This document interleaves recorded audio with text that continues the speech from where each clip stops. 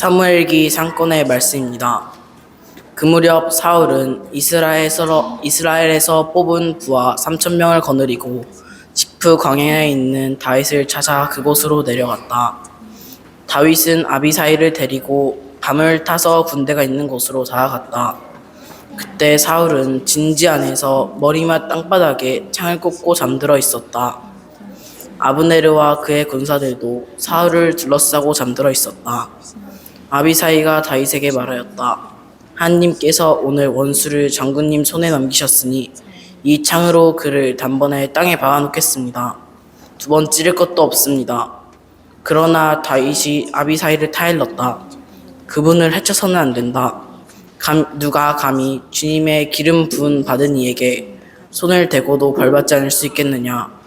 다윗은 사울의 머리맡에서 창과 물병을 가지고 나왔다.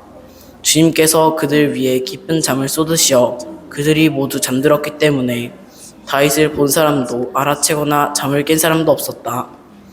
다윗은 맞은 쪽으로 건너가 상대와 거리를 멀리 두고 산꼭대기에 서서 응답하였다. 여기 임금님의 창이 있습니다.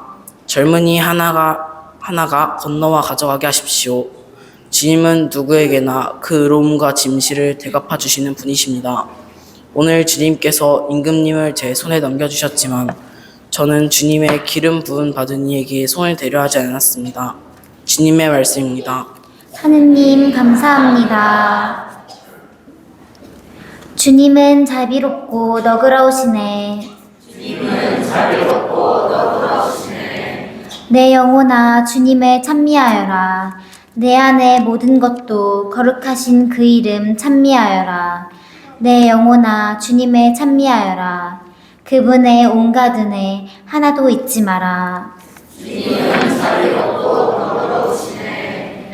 내 모든 잘못을 용서하시고 내 모든 아픔을 없애시는 분, 내 목숨을 구렁에서 구해내시고 자애와 자비의 관을 씌우시는 분. 주님은 자비롭고 너그러우시네.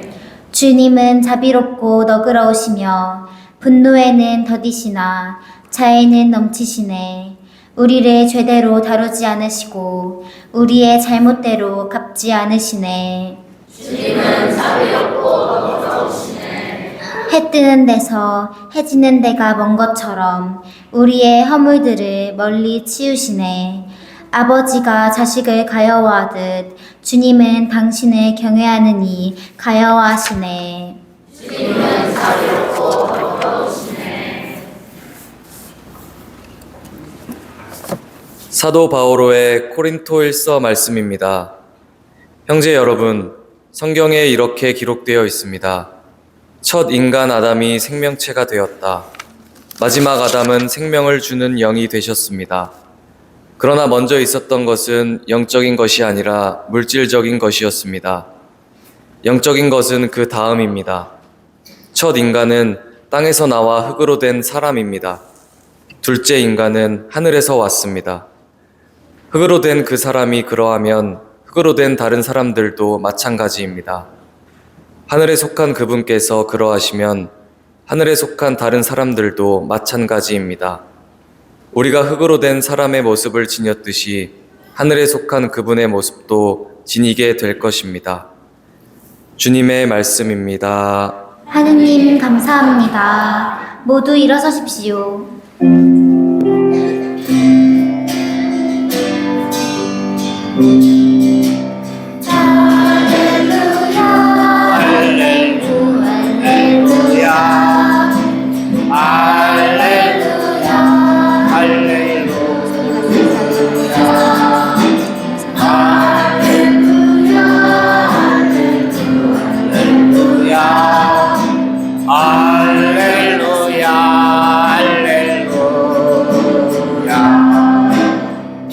주님이 말씀하신다.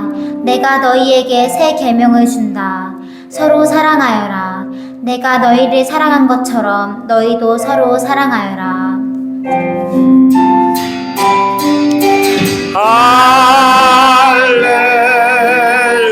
할렐루야 할렐루야 할렐루야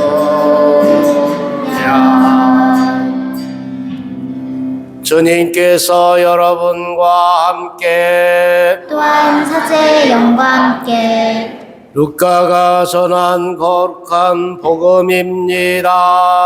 주님 영광 받으소서.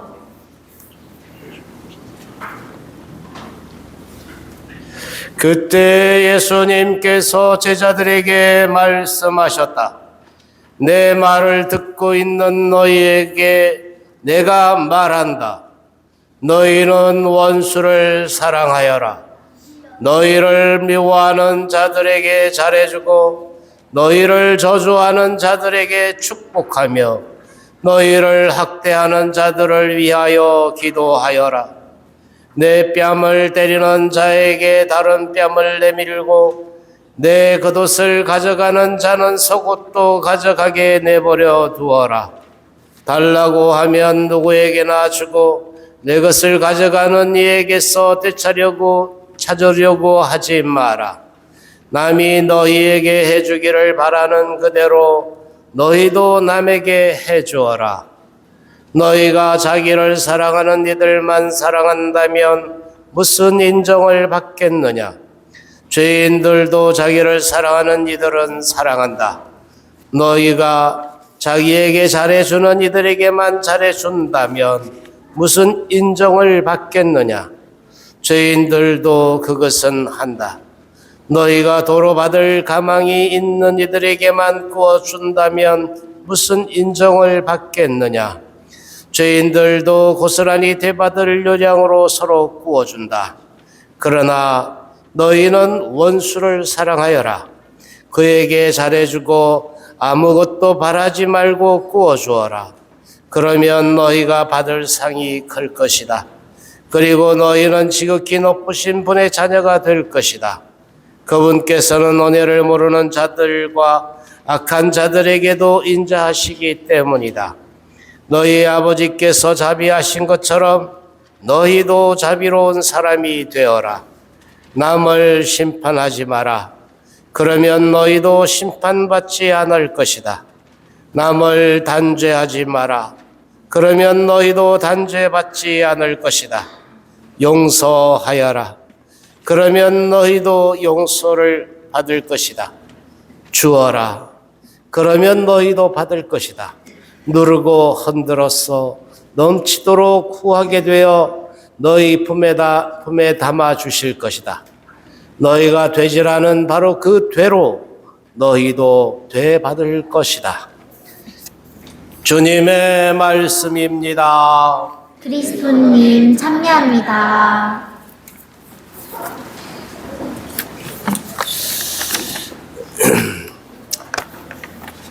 오늘 복음을 들으면서 가장 부담스럽게 다가오는 것은 원수를 사랑하라 하는 이 말씀이죠.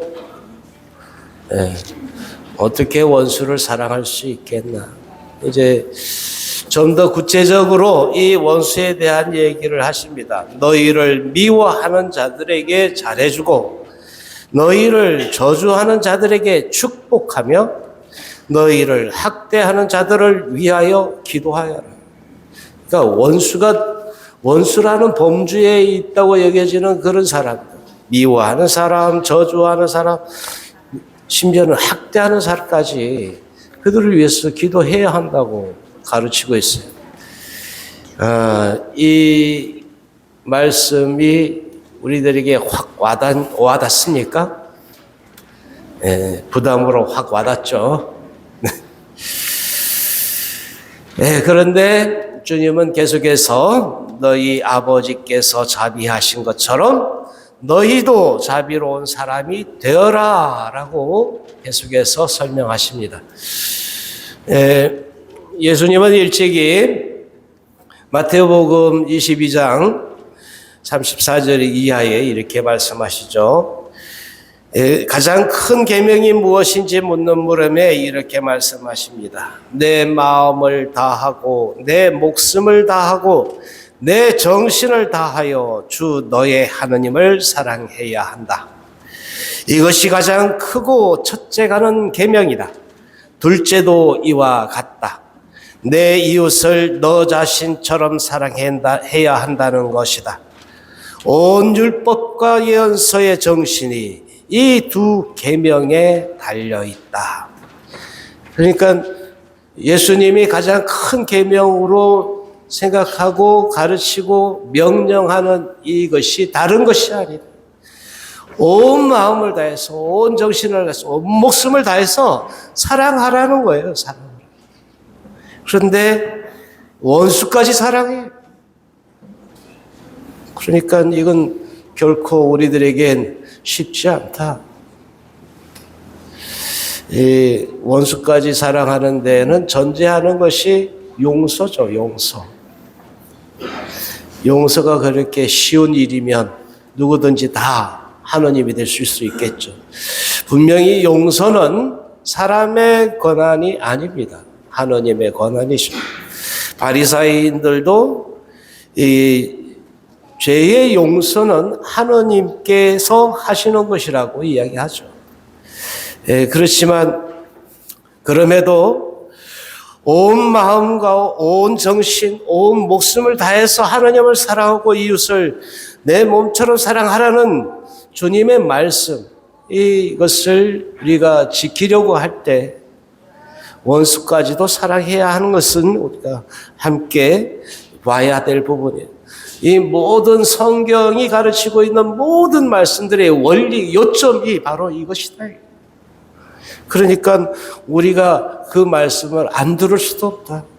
그리스도인으로서, 하느님의 자녀로서 하느님을 닮아가고 있는 우리들이 이것을 거부할 수가 없다. 힘들지만 그것을 향해서 나아가야 한다.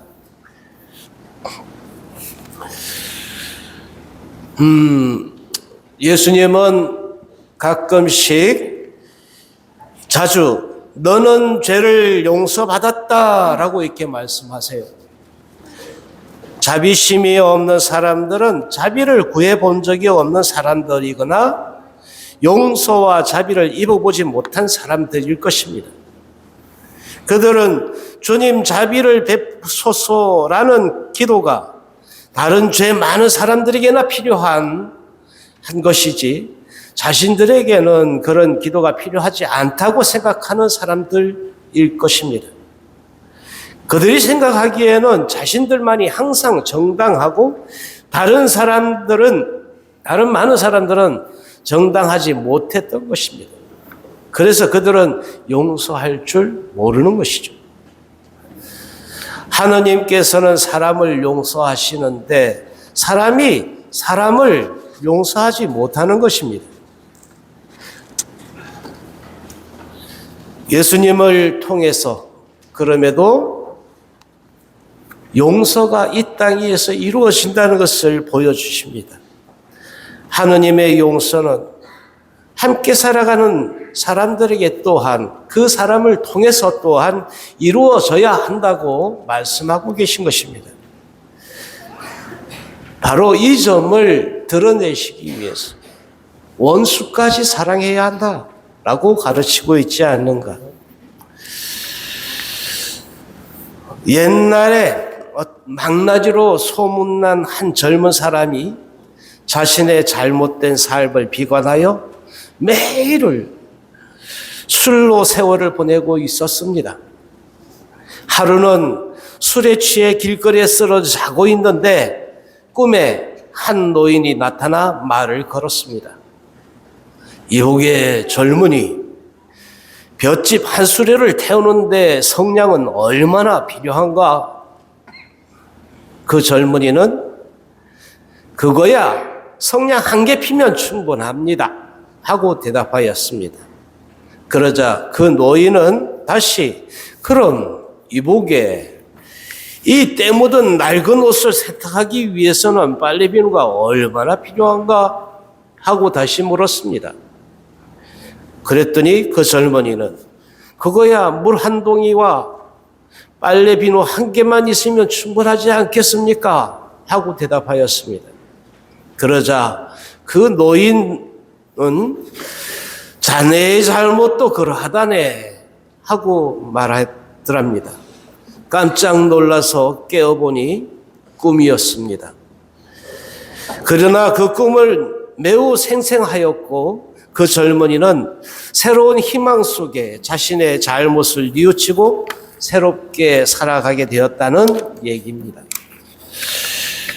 우리의 모든 잘못은 하느님 앞에서 볏짚 한 수레를 태우는 것과 같습니다.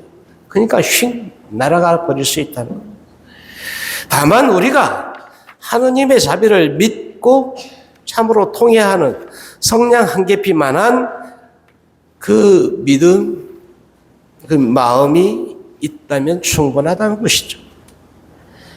하느님께서는 우리의 아름다운 삶을 위해 당신의 외아드님을 보내주셨고 성자께서는 우리의 죄를 용서해 주시려고 당신을 십자가의 제물로 내놓으셨습니다. 이제 우리에게 필요한 것은 그분께 나아갈 용기입니다. 우리가 그분 앞으로 나아간다면 우리의 삶은 분명히 새롭게 바뀔 것입니다. 원수를 사랑하여라. 이 말을 들으면서 먼저 우리에게 헛떡 떠오르는 그 누군가가 있을 수 있겠습니다. 가문에 또 집안에 또 부모의 또 형제 자매 원수라고 여기 부를 만큼의 어떤 고난을 나에게 가져다 준 사람일 수도 있겠죠. 그러나 조금 더 나가보면 좀 더 그것을 확대해 보면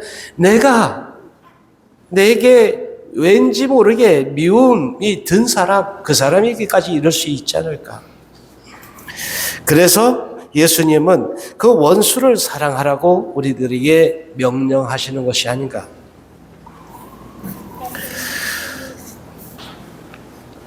미워하는 자들에게 잘 대해주고 저주하는 자들에게 축복을 해주고 우리를 학대하는 자들을 위해서 기도하는 것, 뺨을 때리면 다른 뺨도 내어주고 또 겉옷을 가져가면 속옷마저 내어주는 것, 있는 것 없는 것을 모든 것을 다 해서 온 마음을 온 목숨을 다 해서 하느님을 사랑하라는 그것과 같은 맥락에서 바라보면 예수님의 말씀을 충분히 지켜야만 하는 것이 또한 우리들의 몫일 수 있겠다.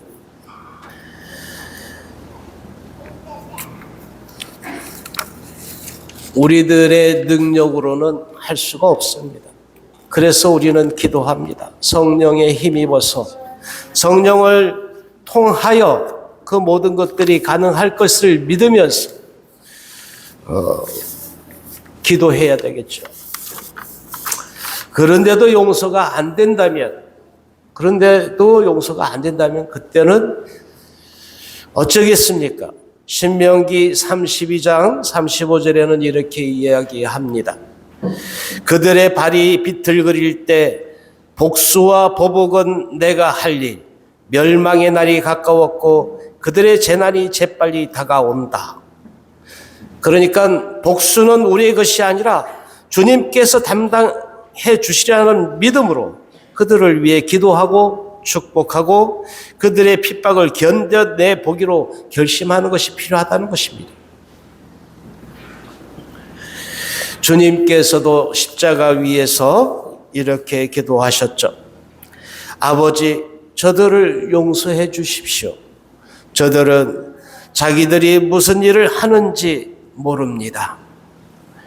우리는 연약하고 약하며 남을 탓하는 나쁜 성격도 있을 수 있겠습니다. 그렇기 때문에 남이 나를 모욕하면 대갚아주고자 하는 그런 마음도 들기 십상입니다. 그러나 항상 우리가 주님의 말씀을 마음속 깊이 지니고 다닐 수 있도록 우리에게 사랑의 마음을 듬뿍 보내주시기를 함께 기도해야만 할 것입니다. 에스키모인들이 용서하는 법이라는 얘기가 있는데 에스키모인들은 화가 나면 무작정 화가 풀릴 때까지 그 끝도 없이 펼쳐져 있는 얼음 평원을 그냥 건넌다고 그래요. 그렇게 한참을 걷고 또 걸어서 화가 풀리면 비로소 멈춰서서 지금까지 걸어온 그 길을 되돌아온다고 합니다. 그래서 되돌아오는 길은 뉘우침의 길이고 또 이해와 용서의 길이 된다고 합니다. 우리에게도 용서할 수 있는 힘은 없습니다만, 그러나 용서할 수 있게 해달라고 성령의 힘을 입어서 용서할 수 있는 능력을 가질 수 있었으면 좋겠어요. 마음과 마음이 이어질 때라는 글이 있어서 이게 함께 나누고 싶습니다. 용서로 얻는 자유. 과거에 받은 상처 때문에 부모를 용서하지 못하는 사람들과 지나간 문제를 가지고 몇 년이고 상대를 용납하지 않는 부부들에게서 우리는 그들이 안고 살아가는 고통을 보곤 한다. 해결되지 않는 관계의 무거운 짐에 눌려 신뢰와 믿음은 깎여가고 자유와 기쁨은 사라진다. 그러나 용서가 있는 곳에는 자유가 뒤따른다. 우리는 인간이 하느님께 가장 가까워지는 때는 바로 자비를 주고받는 과정에 있을 때라고 자신 있게 말할 수 있다.